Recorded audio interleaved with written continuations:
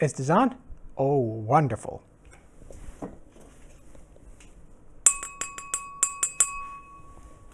Let us get started then. Hello, I'm Q. I work in information security in Tampere in Finland, and I have a short blog and vlog series for the upcoming Euro parliamentary elections. I have thoughts about this and that, but I will try a new style. I want to make boring the new hate speech. Basically right now you want to express yourself online, you get into a fit of rage, you have strong and absolute opinions, someone is to blame, believe you me. But me, no, I don't have the truth for you, sorry. I can only toss out a few opinions and some thoughts. And you know what? You might disagree with them. Good for you, and good for me as well. Because if you disagree, and you tell me, no, you're wrong about that because of this and that matter, I will learn, you will learn. So basically, that's how we become a little bit better ourselves.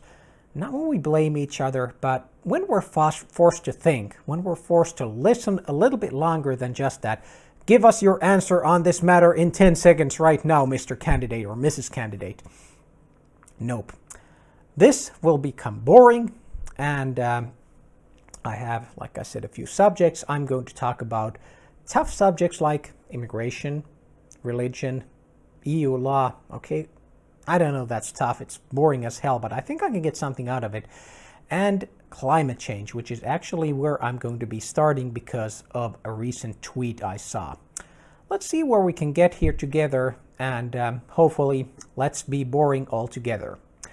As for why, okay, let me put a little dilemma for you. Does a movie critic hate movies? Does an art critic hate art? So why should an EU critic hate the EU, as is publicly generally accepted? I'd like to be the kind of EU critic that does not hate the EU, but is interested in it, and wants to see it become a little bit better. With that in mind, let's look at climate change and see if there are some possibilities that we haven't looked at yet. Let's see where we get today. So, climate change. I believe I promised there was a tweet that got it started. Let's see that right now. So this came up on my feed. My son has come home on more than one occasion with feelings of guilt over stuff he didn't personally do, like damage to the environment, crimes of colonization. He is in kindergarten.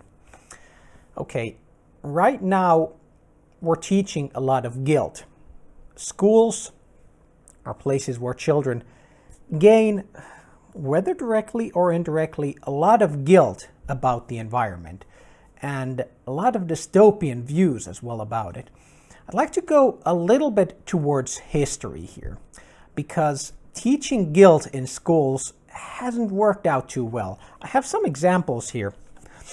I'm going to start with the most obvious one. We have examples from many European countries, but there's a lot of talk about how do German children learn about the Holocaust. I found a lot of stories about it. There's a lot of them. And all of these, no matter where you read them, they have the basic idea that it's a little bit more than just teaching history. Okay, there's guilt in part of this. So basically, the children of Germany are taught to be guilty. And as a side effect, they're also getting the idea that the Jewish people, basically the Germans' responsibility, and they can do no wrong. Now, there is absolutely zero argument that there was a horrible massacre of Jewish people done in World War II. Absolutely not denying one little bit about it. But to all my Jewish friends, I'm sorry, but I see you as people. And the Israeli state, I see you as a state. And like any country, I wish we could play by the same rules. Okay, let's be fair. No country really plays by all the rules that we're supposed to, but that's how I want to look at it. But because of this view, Germany is pouring a lot of money into Israel, even today.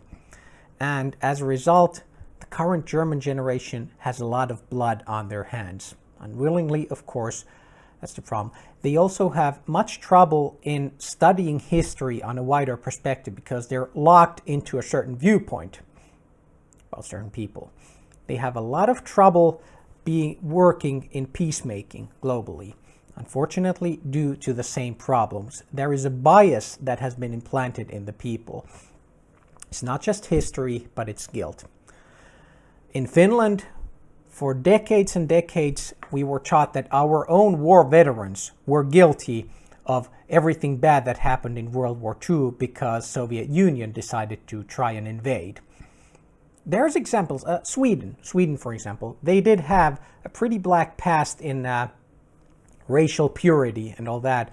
And that led them to increasing immigration, which in itself can be good or bad, but it led them to be blind to the problems this might rise. So the afterwork of immigration, after the people came into the country, that was not handled well. They were not handled as people, but just purely as victims. This didn't work out. Now, it has been suggested psychologically that when you feel guilt, it will actually force you to do something about it. And to a certain extent, of course, that's true. I mean, look at it from an adult perspective for a change.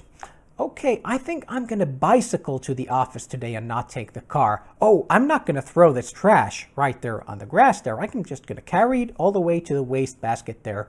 Or with children too, let's keep things clean. Let's not waste. Those are good things, but if you're swallowed in guilt, that's too much. Look at the amount of depression, anxiety in younger and younger children. They're basically getting the idea of a dystopian future. Everything's gone and destroyed. No matter what we do, it's just going to be horrible. And they're being made to suffer for sins they did not do, and to take the pressure, the weight of the whole world on their shoulders. It's no wonder that there's so much depression there.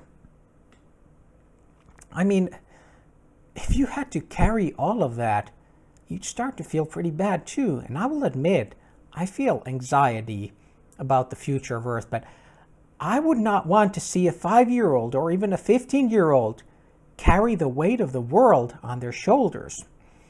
But of course, we have to do something about the climate and the environment. That's an axiom. A huge majority of people accept that there's something to be done. But what if we could have an alternative way to do that, to empower the young? And here, where I'm going to go to another part of history with another idea. Let's see what we can dig up here. And on we go, and we are going to push some buttons here. I hope you recognize this logo. Okay, we're going to stop here and look at a little bit what happened around this logo in the world in the 1960s. You see here, we have this Earth here. We got these wonderful shining waves here to the moon and the brigade, the shining stars. Do you see despair in this logo? Look at it closely. Do you see despair? Or more to the point, when they started about this man on the moon, did they go school to school, every place, and say, we're not on the moon because your grandpa didn't go to the moon or your grandma didn't go to the moon? We're suffering because of, we'll probably never get to the moon just because of your grandpa didn't do that. And that's all your fault. Now, today, we're going to practice 6 hours of sitting here guilty because of what your grandma and grandpa didn't do. They were bad people. They did not go to the moon. That's why everything is ruined. Ugh, world's going down. No, that's actually not how it happened. Now, if you haven't read all about the Apollo program, please check, for example, this Wikipedia article. There's a lot of material, technical material about it. But basically, not about the science, but we know the famous speech is, why would someone climb a mountain? Because it is there, well, space is there and we want to climb it. Not because it is easy, but because it is hard. The whole generation was empowered for this wonderful expedition. They had a dream. They knew basically what they had to do, they had to invent, build totally new things, everything. And they empowered a new generation of scientists, women and men, engineers, new thoughts, new businesses, things that today we take for granted because of the work they did back in that time. It was positive. It was this whole big we can attitude. Right now we're in this whole we can't, we're doomed. Well, let's try to get a little bit more back into the feeling of the time of the Apollo program. Let's encourage. Now, anytime in history, let's stop right here. This could be any year in history. You can look back 50 years, you can look back even longer, 100 years, and you can find a lot of good and a lot of bad. It's just on how we focus. Now, of course, let's not ignore the fact that the Earth is really polluted and we have to do a lot better. That's true. But we could also look at it this way, without lying one bit. This generation, their fathers and mothers and their mothers and fathers have built wonderful things. They've invented nuclear power, solar power, wind power, biofuels, second generation biofuels, decreases in fuel consumption, recycling, and all these things, the tools, all those little tools around the block that help us get to a carbon neutral Earth, a green Earth, a really beautiful Earth. Let's put the dream like let's make this the best darn Earth we could have in this galaxy. Let's make it look so good that we'd really like to even show it to our neighbors. I mean, I'm not really sure exactly what time ET is coming, but when ET decides to stop by, let's make sure that we got something wonderful to show. The previous generations have built these little tools. Now this generation has the unique and wonderful opportunity to make use of them, to make them better, find out which work the best, invest time and money into thinking something even new, more tools, more opportunities. But the point is, we have the possibility for a carbon neutral future. We have the tools, we have the potential, and we have the dream to make this a really green and amazing Earth. And again, a new generation could make this Earth so much better than the last one, as that's how it's supposed to go.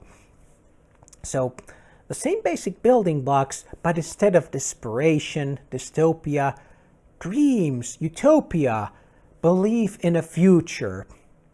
Let's not leave half of the generation, half of the young generation in the psych ward. Let's bring them back to the table. Let's put them there to work on the future and believe in the future. This is something that involves all of us, not just the teachers, the politicians. Now, politicians do sell the idea of a green future here, but let me show you something here. Let me push some buttons here because this is basically what it looks like. I was looking at sites that are supposed to be like inspirational and wonderful. This is the great stuff EU is doing. And okay, well, we have a picture here. I mean, look at that. Oh, there are flowers growing from these coins, but oh, come on. I mean, seriously, text. There were some, no, this is all better. We have the graphs and text and how we can work hard to make the business become wonderful in this business area here. And if we start working very hard for the next quarter, we can put 3.2 percentage more points into looking at this area of growth in this geographical area, which we can see a reduction of 0.1% in operational costs with energy. Okay, I'm going to get tired here. I'm going to fall asleep. Business is a side effect. It's one part of that great green Earth, but it's not the whole story. We can't hope to sell hopes and dreams with business plans. We can't sell dreams with this kind of stuff.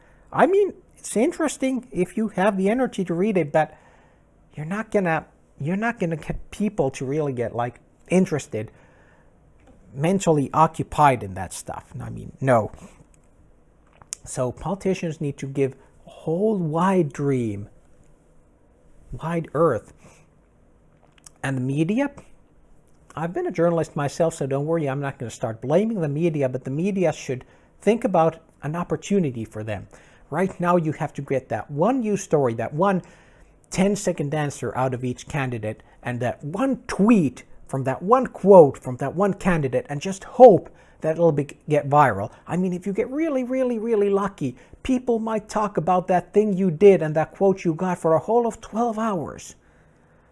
If you start making this into a story with cliffhangers, people are going to look at your news stories, your current affair programs, and they're going to be as taken into it as they were watching Game of Thrones. And it will be a long-lasting project. You're going to build, you as a journalist, are going to be on solid ground, following the story on and on, forward and forward. So forget about that one tweet. Think about that one career. This could be a game changer, and this could take a lot of stress off you as well. Believing in the dreams, following the dreams, encouraging and making sure those candidates really have those dreams, speak them out and get them out. Let them challenge each other into the ways we could better promote this positive thinking, positive future. And then there's the one little part about, what about the rest of the world? A lot of the criticism is that, well, the EU is doing a lot, but what about that place, that place, that place, that place? And what about Trump this? What about China that? But right now, if we stop selling business and deals and start going for the hearts and minds, let's remember the moon landing was not just viewed in the USA, even though the Cold War was a huge information blockage. Right now, we have the internet.